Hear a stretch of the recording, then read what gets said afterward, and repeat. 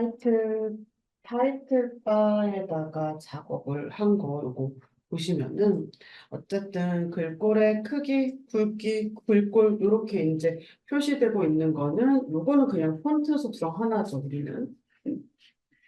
그리고 글꼴 셋, 이거는 컬러 속성. 그리고 여백, 패딩, 그 다음에 백그라운드, 요렇게 됩니다. 그러니까 타이틀 바를 불러와가지고는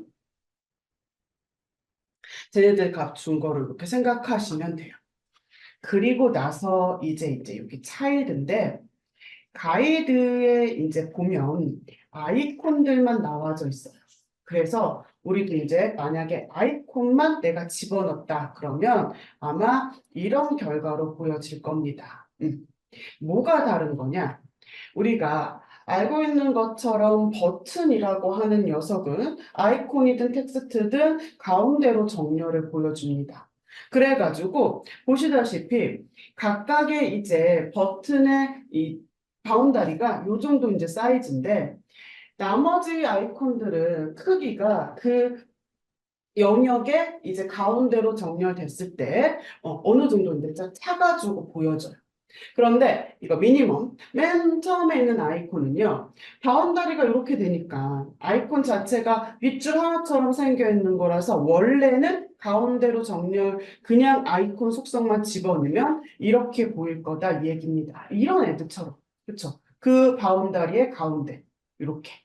근데 자세히 보시면 아시다시피 얘가 또 위치가 이렇지는 않아요. 그렇죠? 우리가 보고 있는 가이드에서 가운데 있지가 않는다는 얘기입니다. 그래서 만약에 내가 이제 요거를 봤어요. 그래서 나도 요거를 원하는 대로 이렇게 이제 밑으로 옮겨야겠다. 만약에 이제 이렇게 되면 우리가 방법이 꼭 하나만 있는 것은 아닙니다. 예를 들어서 제가 이제 계속 정렬을 얘기했으니까 가운데로 정렬을 맞춰주는 거기 때문에 이렇게 있으면 여기 밑에 있으니까 정렬을 버티컬 써가지고 바텀으로 보낼 수도 있겠죠.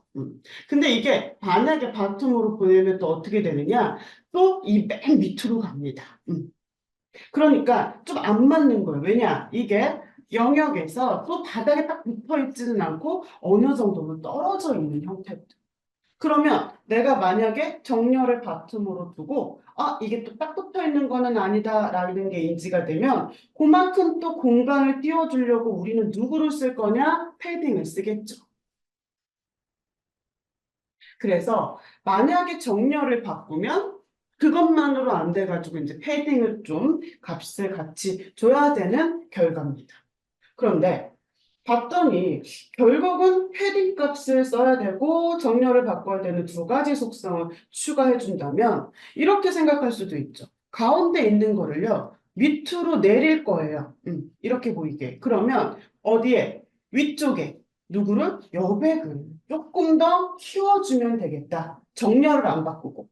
그래서 저는 어떻게 얘를 추가를 했냐면 보시다시피 정렬은 바꾸지 않고 미니멈에다가 여기 패딩을 탑에다가 더 줬어요.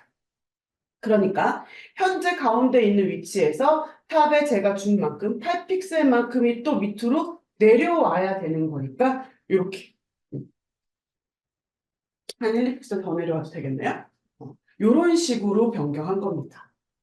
만약에 우리 가이드가 이렇게 그냥 가운데 놓고 끝났으면 우리도 사실 그냥 아이콘 속성만 집어넣었으면 되는데 사실 보여주는 이미지가 그렇지는 않기 때문에 혹시라도 요거를 고민하셨다라고 하면 패딩 속성을 다시 한번 말씀드리려고 그러는 거예요. 말씀드렸던 것처럼 패딩으로 우리가 단순하게 그냥 텍스트 입력하는 거에 얼마큼 떨어지는 여백 요것만 조절했던 게 아니라 이런저런 막 이동 뭐 영역의 사이즈 변경 이런 것들도 확인했었기 때문에 다시 한번 체크해 본 겁니다. 자, 그럼 이제 타이틀 바가 됐다라고 하면 이제 밑에 이제 스테이터스 바인데 스테이터스 바는 이 밑에 상태 영역이죠. 여기에 지금 나와져 있는 오른쪽에 이런 정보들은 뭐냐면 요거는 우리가 타이틀 바의 차일드로 버튼들이 있었던 것처럼 스테이터스 바의 차일드로는 뭐가 있냐면 요 프로그레스 바가 있습니다. 그런데 아시다시피 우리가 프로그레스 바는 어떻게 생겼는지 그런 데 가지고 보는 것도 확인을 했기 때문에 지금 요거 단순하게 백그라운드 뭐 컬러 하나 준다고 해가지고 흘러가는 모습 볼 수 있는 거 아니니까 스테이터스에서는 이거 상태, 이거 차일드 우선 생각하지 말고 요것만 하세요.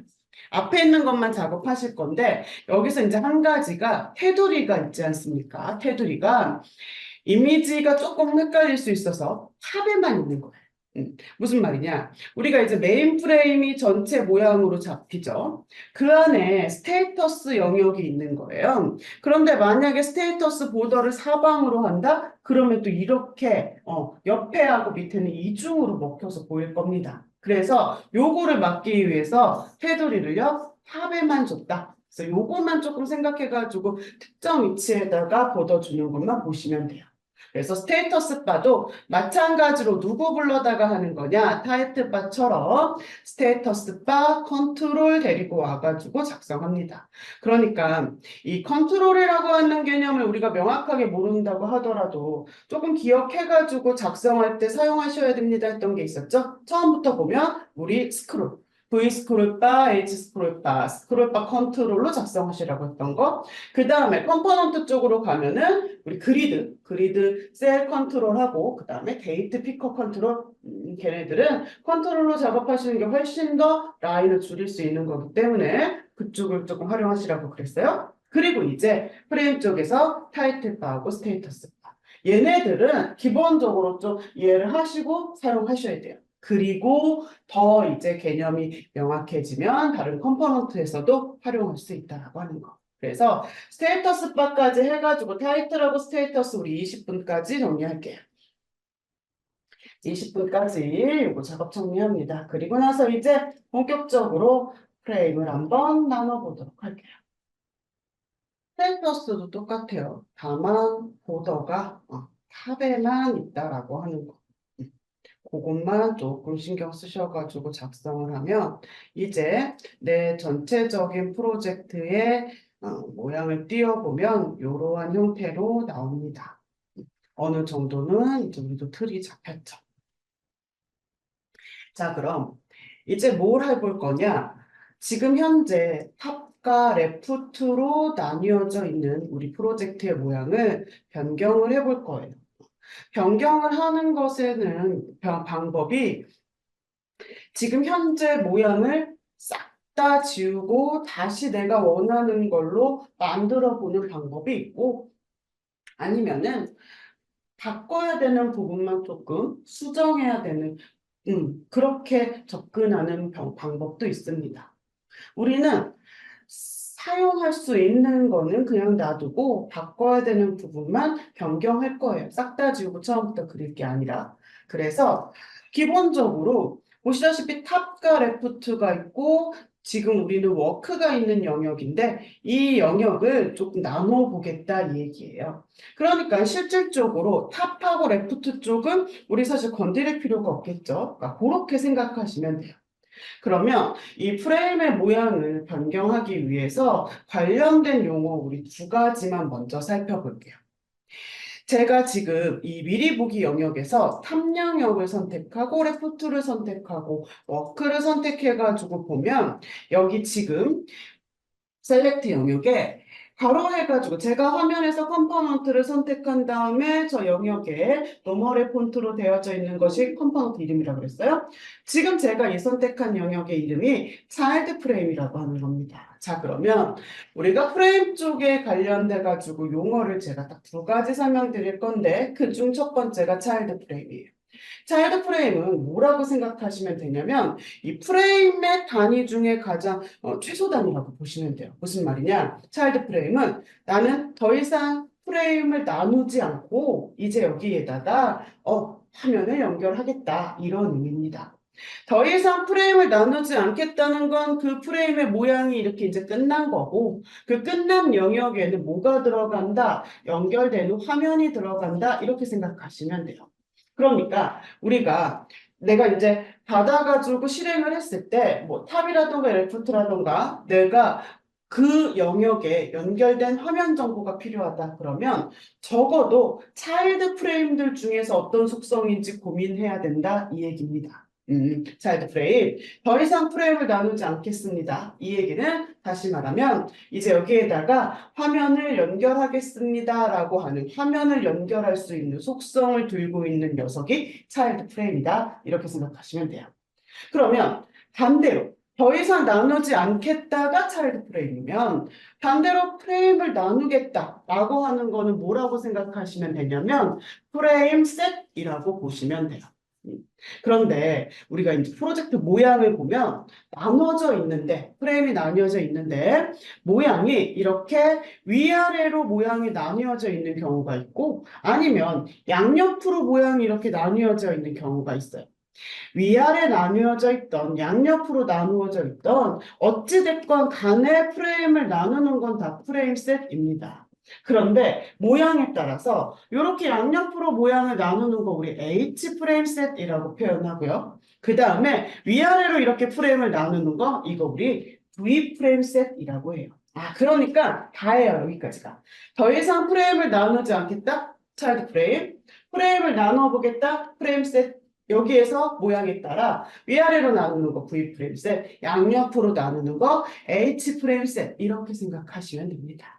자, 그러면 현재 우리 모양을 살펴볼게요. 현재 우리 모양이 자, 내 전체 프로젝트 모양은요. 이렇게 되는 겁니다. 첫 번째 V 프레임 셋으로 나누겠다는 거죠. 자, 여기에서 프레임셋이 나오면 중요한 게 뭐냐? 그 프레임셋에 같은 레벨로 연결되어져 있는 녀석이 누구냐? 덩어리가 몇 개냐? 이거를 구분할 수 있으면 돼요. 그러니까 자 V 프레임셋으로 위아래로 나누겠다는데 같은 레벨에 연결되어져 있는 덩어리가 두 개입니다. 그런 얘기는 무슨 말이냐? 나는 두 개의 덩어리로 나누겠다 이런 의미예요. 만약에 여기 하나가 더 있어서 세 개다? 그러면 처음에 내 프로젝트 모양을 세 개의 위아래로 방향의 모양으로 나누겠다 이런 의미가 됩니다. 그러면 두 개로 나누겠다라고 해가지고 V프레임 셋에 연결되어져 있는 덩어리 수가 두 개라고 한다면 그럼 처음에 이제 모양을 잡아가는 거죠. 자, 두 덩어리로 나눠서 하나씩 그 성격에 맞게 짝지은다고 생각하시면 돼요. 여기 탑 프레임이라고 나와져 있는 거는 탑 영역에 H 프레임 셋이라고 나와지는 건 요거 두 번째 덩어리에 이런 겁니다. 탑 프레임이라고 나와 있는 거 프레임 셋이요 차일드 프레임이었어요. 더 이상 프레임을 나누지 않겠습니다. 탑에 관련된 내용의 화면을 연결해가지고 탑 영역은 더 이상 나누지 않고 이제 끝난 거예요.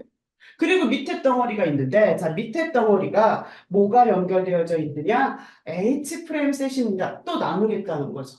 그러니까 그 H 프레임셋 또 나누겠다는 것도 봤더니 덩어리가 프레임셋이 나오면 그 같은 레벨에 있는 덩어리가 몇 개냐 요거를 체크하시면 돼요. 봤더니 두 개인 거예요. 그럼 나도 양옆으로 이제 방향을 바꿔서 두 덩어리로 나누겠다. 그리고 나서 하나는 둘 다 이제 뭐가 되는 거예요? 워크가 돼요. 차일드 프레임이 되는 거죠. 그래서 하나는 레프트, 하나는 워크 이런 식으로 되는 겁니다. 그러니까 우리는 지금 현재 여기에서 누굴 바꾸겠다는 거예요? 이 워크를 바꾸겠다는 겁니다. 탑하고 레프트는 우리도 쓸 거예요. 그러니까 얘는 건드리지 않고 워크만 이제 변경을 할 건데 보시는 것처럼 얘가 차일드 프레임이에요. 차일드 프레임은 뭐라고 그랬냐? 더 이상 프레임을 나누지 않겠습니다가 차일드 프레임이라고 그랬어요. 그러니까 나는 지금 변경을 하고 싶은데 바꿀 수가 없는 거죠. 왜? 안 나누겠다고 했으니까. 그래서 이제 우리가 원하는 모습으로 변경을 하려면 더 이상 나누지 않겠다고 하는 차일드 프레임을 여기 어떻게? 먼저 삭제해야겠죠.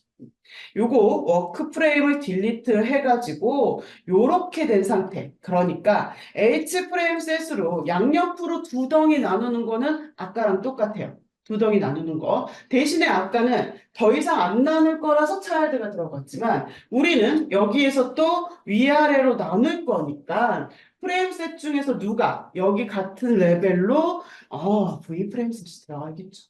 똑같아요. 방법은 H 프레임셋 밑에다가 V 프레임셋 연결할 거니까 우클릭 해가지고 add 프레임에 V 프레임셋 이렇게 가는 겁니다. 그리고 그 V 프레임셋에 최종적으로 몇 덩어리 우리 MDI하고 그 다음에 워크 요거 두 덩어리로 연결할 거기 때문에 더 이상은 이제 안 나누니까 얘 기준으로 연결하는 거죠. 애들을 누구를? 차일드를. 더 이상 프레임을 나누지 않겠습니다라고 하는 두 개의 덩어리로 이렇게 연결해 주는 겁니다. 우리가 템플릿을 선택하면요. 템플릿은 모양 잡아주고 화면을 연결해주고 이게 끝이 아니라 그 모양도 적절한 사이즈로 보이도록 그 사이즈까지 다 변경해가지고 나한테 사실 보여주는 거예요. 탑은 한 높이 이 정도로 할당하고 레프트는 너비를 한 이 정도로 할당해서 표현하겠다. 만약에 그렇지 않고 내가 처음부터 메인 프레임에 그냥 프레임셋이라던가 차일드 프레임을 추가해가지고 모양을 잡으면 어떻게 되느냐? 원래 전체 사이즈에서 다 처음에는 크기를 반씩 반씩 나눠 갔습니다. 전체에서 위아래 두 덩어리야? 그러면 똑같이 반씩 나눠 갔고 나머지에서 또 양옆으로 두 덩어리야? 그럼 또 양옆으로 두 덩어리 똑같이 나눠 갔고 여기에서 또 프레임이 나뉘어 위아래로? 그러면 이 상태에서 또 두 덩어리 똑같은 사이즈로 나눠 갖는 거. 그래서 지금 현재 우리 거 나눈 거를 띄워보면 워크 영역, 원래 있었던 워크 영역에 우리가 두 덩어리로 나눈다고 했으니까 그 남은 영역이 이렇게 두 덩어리로 같은 사이즈로 나눠지는 요 모습이 원래는 실제로 근데 우리가 템플릿을 선택한 거기 때문에 그동안은 적절한 사이즈로 다 설정이 돼 있었던 겁니다. 그리고 그 차일드 프레임이 기본적으로는 누구를 들고 오느냐? 그 차일드 프레임도 타이틀을 들고 오는 겁니다. 그래서 아까 전에 타이틀바 컨트롤러 작업할 때 타이틀바가 생기면 다 이 디자인으로 보겠습니다. 그러니까 조금 풀어서 생각하면 메인 프레임의 전체 타이틀이나 차일드 프레임의 타이틀이나 다 이제 같은 디자인이 표현된 거죠. 그렇게 생각하시면 돼요. 자, 그럼 위치상으로 우리 이제 화면에 작업했던 화면이 여기가 이제 연결되는 게 맞는 건데 이건 정확하게 따져보지 않아도 그렇죠. 누가 봐도 사이즈가 지금 안 맞아요. 그러니까 이제 크기를 한번 전체 살펴볼게요.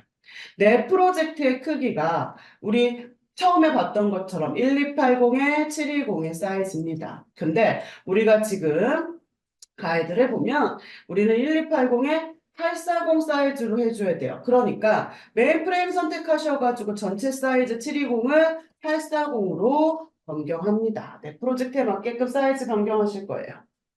그리고 나서 이제 탑부터 우리가 내 프레임의 높이를 저희는 탑의 높이는 프레임 영역을 50 줄 거고 레프트의 너비는 230 줄 거고 MDI는 높이를 35 줄 거고 이래요.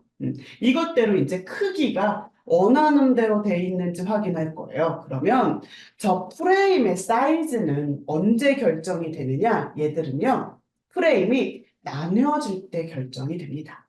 그러니까 우리가 그 해당하는 영역에 연결된 화면 정보가 확인이 돼야 된다? 그렇다면 차일드 프레임 중에서 속성을 체크하셔야 되는 거고 내가 지금 보고 있는 프레임의 크기 정보를 봐야 된다? 그러면 나뉘어질 때 그러니까 프레임 셋들 중에서 V 프레임 셋이나 H 프레임 셋 중에서 그 크기 정보를 봐야 돼요. 그러니까 맨 처음에 이제 V 프레임 셋의 크기를 한번 어떻게 나뉘어졌나 볼 건데 말 그대로 사이즈 볼 거니까 필터링 사이즈 걸러주세요. 그러면 속성 중에 separate size라고 하는 속성이 존재합니다.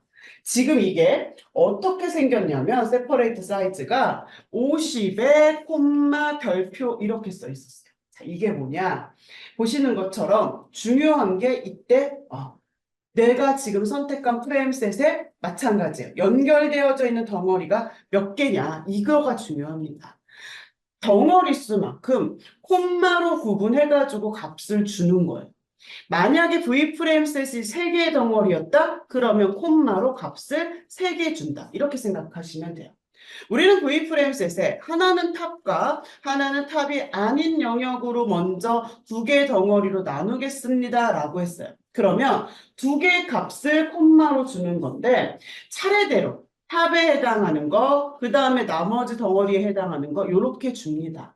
나는 지금 탑을 높이 50으로 주겠다 이거예요. 그러니까 첫 번째 값에 탑의 영역 높이 50 주겠다. 그리고 내가 다 계산해가지고 나머지 영역 값을 또 써주는 게 아니라 우리가 알고 있는 메인 프레임은 이런 정보들을 다 가지고 있어요. 그렇기 때문에 50을 주면 프레임이 결정해서 그 다음에는 나머지 가져라.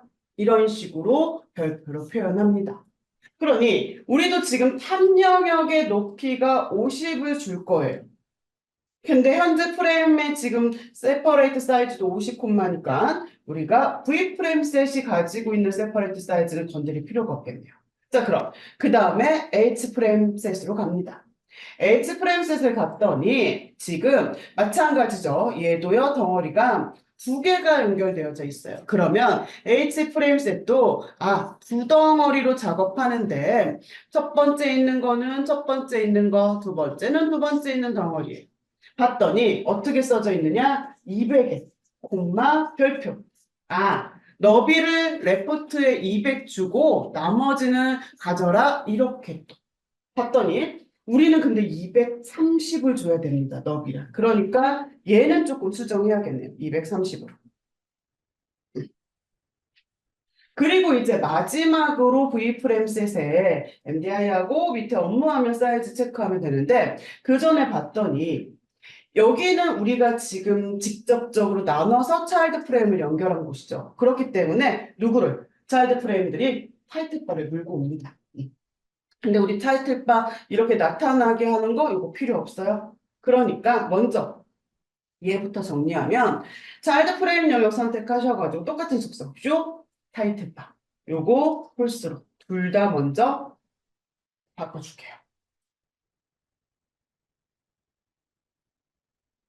그리고 나서 마찬가지로 V프레임 셋을 선택해가지고 세퍼레이트 스타일즈를 보는데 여기는 우리가 나눈 거기 때문에 그동안은 설정되어져 있는 값이 있어서 수정하거나 그냥 넘어갔지만 얘는 내가 줘야 되죠. 위에를 MDI로 쓸 거예요. 35 그리고 나머지가 감는 거죠. 그러니까 세퍼레이트 사이즈 값이 35에 콤마 별표 이렇게 이제 들어가는 겁니다. 그러면 적절하게 영역이 분리돼가지고 이제 여기 영역에다가 우리가 작업했었던 템플릿을 연결하는 거예요. 자, 그럼 사이즈를 확인할 때라고 했을 때는 V프레임 셋들 중에서 저 사이즈 속성을 찾는다면 화면을 연결할 때는 차일드 프레임을 선택하시고 속성을 찾으라고 했어요. 우리 DRV나 탭 컴포넌트 봤을 때 화면 연결했던 거 URL 찾으시면 돼요. URL 걸러주시면 여기 속성도 친절해요. 홈 URL이라고 하는 게 있습니다. 사용 방법은 똑같아요. 뒤에 드랍 버튼 눌러서 우리 베이스에 저장했던 템플릿 그거 선택하시면 돼요.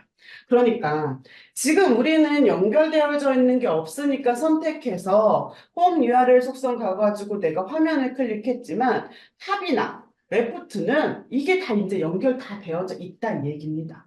그러니까 이 상태에서 제가 템플릿을 연결해가지고 이제 실행해서 보면 탑하고 레프트가 있고 MDI와 우리가 워크 작업했던 템플릿이 이렇게 보여지는 거 이러한 결과가 나타나죠.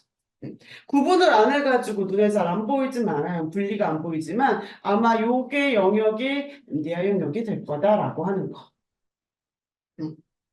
그래서 이렇게 이제 내 프로젝트 전체 모습에다가 내가 작업했던 템플릿을 연결해 본 겁니다.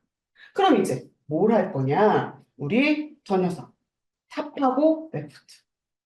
탑하고 레프트에다가 이제 드디어 최종적으로 다 써보는 거예요. 컴포넌트 배치하고 디자인 다르면 테마에다가 작성해서 당연히 클래스일 거예요. 클래스 작성해가지고 적용해가지고 위치 다 잡아주는 거 요거를 다 같이 해볼 겁니다.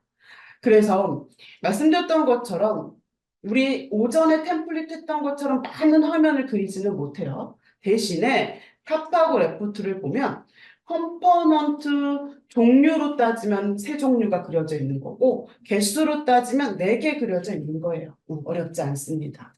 대신에 얘네들은 우리가 확인했지만 실질적으로 탑하고 레포트는 이미 다 화면들이 연결이 되어져 있는 거라서 화면을 새로 만들거나 그러지는 않을 거예요. 그냥 프레임 베이스에 있는 탑 레포트 화면 열어가지고 여기다 직접적으로 작업할 겁니다.